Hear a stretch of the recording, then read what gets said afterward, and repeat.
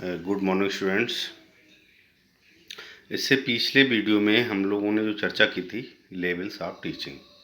Levels of teaching में शिक्षण के तीनों स्तरों पर चर्चा हो चुकी है और कैसे कैसे वर्क करते हैं, मेमोरी लेवल, अंडरस्टैंडिंग लेवल और रिफ्लेक्टिव लेवल। स्मृति स्तर, बोध स्तर और चिंतन स्तर, तीनों स्तर कैसे कैसे वर्क करते हैं। अब आज आप लोगों के उसके अकॉर्डिंग जो नेक्स्ट कंटेंट है, शिक्षण के सिद्धांत एवं सूत्र, principles and maxima of teaching. तो दो चीज़ें हैं, शिक्षण के सिद्धांत और शिक्षण के सूत्र।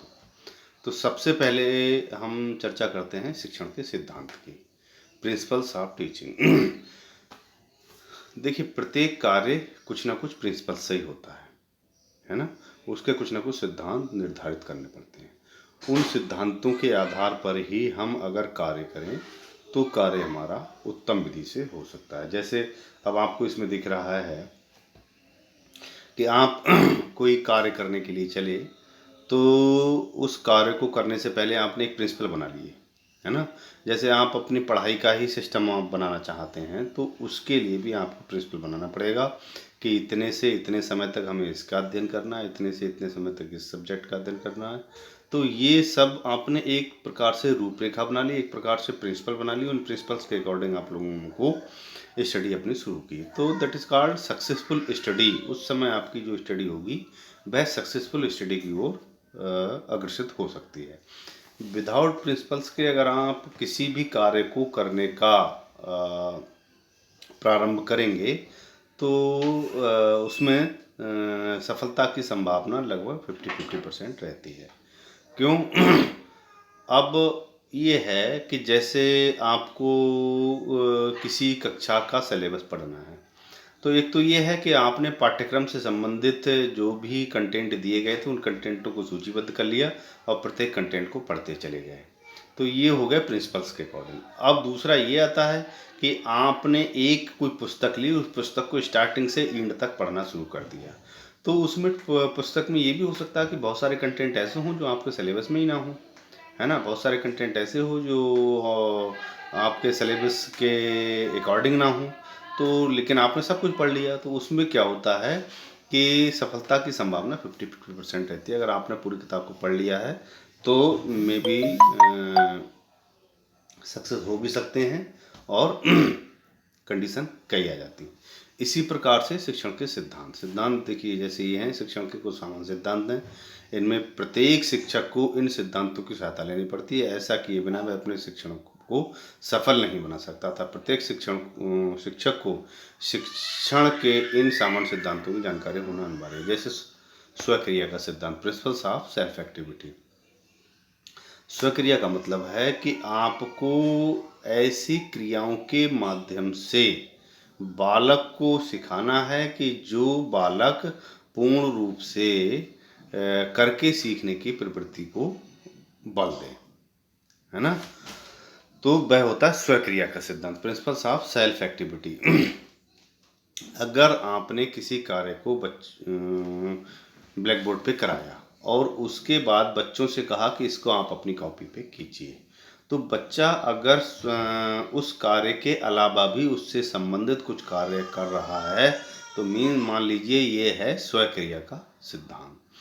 दूसरा जो प्रिंसिपल है, प्रिंसिपल्स ऑफ मोटिवेशन, यानी प्रेरणा का सिद्धांत। प्रेरणा का मतलब है कि व्यक्ति अगर किसी कार्य को करता है, बालक किसी कार्य को करता है तो उसे उसका मोटिवेशन मिलता रहना चाहिए, यानी कि जिसे रेनफोर्समेंट कहते हैं वह मिलता रहना चाहिए। Mainly positive reinforcement, negative reinforcement और शून्य रेनफोर्समेंट, 3 प्रकार के होते हैं। तो जब मोटिवेशन बच्चे को मिलेगा किसी भी प्रकार से तो बच्चा अधिक लगन से कार्य करने का प्रयत्न करेगा। जैसे आपने कोई वाद विवाद प्रतियोगिता कराई या खेल कूद प्रतियोगिता कराई या फिर क्लास में ही कोई टेस्ट लिया या क्लास में किसी प्रकार का कोई वर्क दिया, उस वर्क में जो भी बच्चों ने अच्छा काम किया तो उनको मोटिवेशन दे देना चाहिए। ऑर्ली मोटिवेशन दे दीजिए या फिर कोई पेन खरीद के दे दीजिए, या मतलब जो भी आप चाहते हैं मोटिवेशन देना, शाबाश, बहुत अच्छे, वेरी गुड, बच्चों के लिए क्लैपिंग कराना, ये सभी जो हैं मोटिवेशन के अंतर्गत आते हैं। उसके बाद आता है प्रिंसिपल्स ऑफ एक्सपीरियंस, अनुभव का सिद्धांत। एक्सपीरियंस का मतलब है कि अगर बच्चे को कोई कार्य सिखाया जा रहा है तो उससे संबंधित करके सीखने पर बल देना चाहिए, जिससे बच्चे को उस कार्य को करने में निपुणता आ जाए। तो ये होता है अनुभव का सिद्धांत।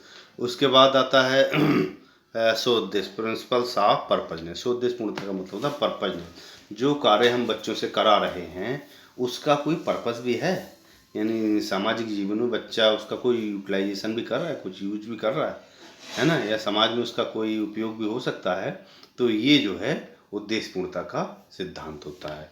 अगर बच्चे को पता लगे कि जिस चीज़ की स्टडी मैं कर रहा हूँ उसका कोई यूज नहीं है, तो मीन्स मान लीजिए कि बच्चा उसको सीखने से कतराने लगेगा, है ना।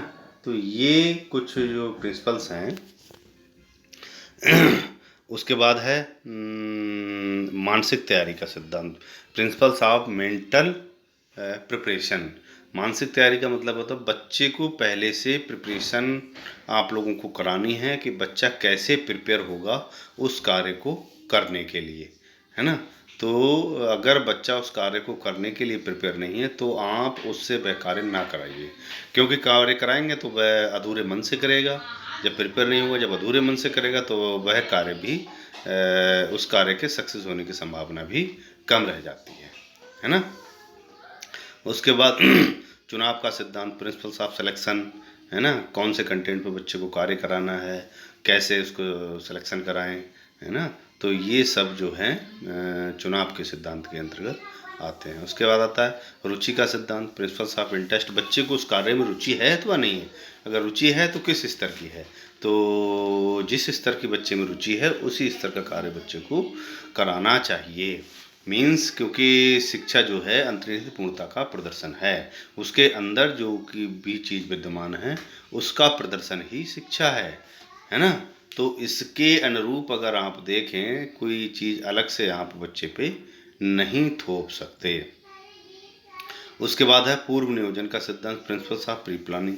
प्री प्लानिंग का मतलब है कि पहले से कोई ना कोई प्लानिंग आपको करनी पड़ेगी जिससे बच्चा उस पर आसानी से कार्य कर सके। अगर पहले से प्री प्लानिंग नहीं करेंगे तो मैं मानता हूँ कि बच्चे का जो कार्य है वह उस लेवल का सक्सेसफुल वर्क नहीं होगा।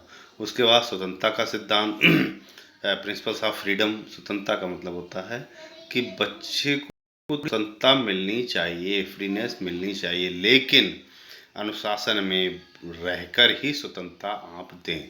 अगर आप बच्चे को फ्री कर देंगे तो जिस चीज़ की आपको आवश्यकता है या जिस विषय वस्तु की आपको आवश्यकता है वह विषय वस्तु बच्चे से आपको प्राप्त नहीं होगी। स्वतंत्रता तो दीजिए, लेकिन अनुशासन में रहकर स्वतंत्रता आप बच्चे को दीजिए। व्यक्तिगत भिन्नता का सिद्धांत, इंडिविजुअल डिफरेंस का सिद्धांत। इंडिविजुअल डिफरेंस का मतलब है आपके क्लास में 50 बच्चे हैं तो 50 बच्चों में आप इंडिविजुअल डिफरेंस के अकॉर्डिंग ग्रुप बनाएंगे और वर्क करने के बाद उस ग्रुप के अकॉर्डिंग बच्चों को कार्य नया देंगे, जिससे आपको पता लगता रहेगा कि ये बच्चा इस कार्य को आसानी से कर सकता है और ये बच्चा इस कार्य को आसानी से कर सकता है ना। तो ये सभी जो इंडिविजुअल डिफरेंस से संबंधित वो हैं उनको आसानी से आप करा सकते हैं, ठीक है ना। कल या नेक्स्ट वीडियो में हम चर्चा करेंगे मैक्सिमा शिक्षण के सूत्रों की। ये तो शिक्षण के सिद्धांत थे, अब हम जो चर्चा करेंगे शिक्षण के सूत्रों की। तब तक घर पे रहिए, स्वस्थ रहिए और नियमित अध्ययन करते रहिए। धन्यवाद।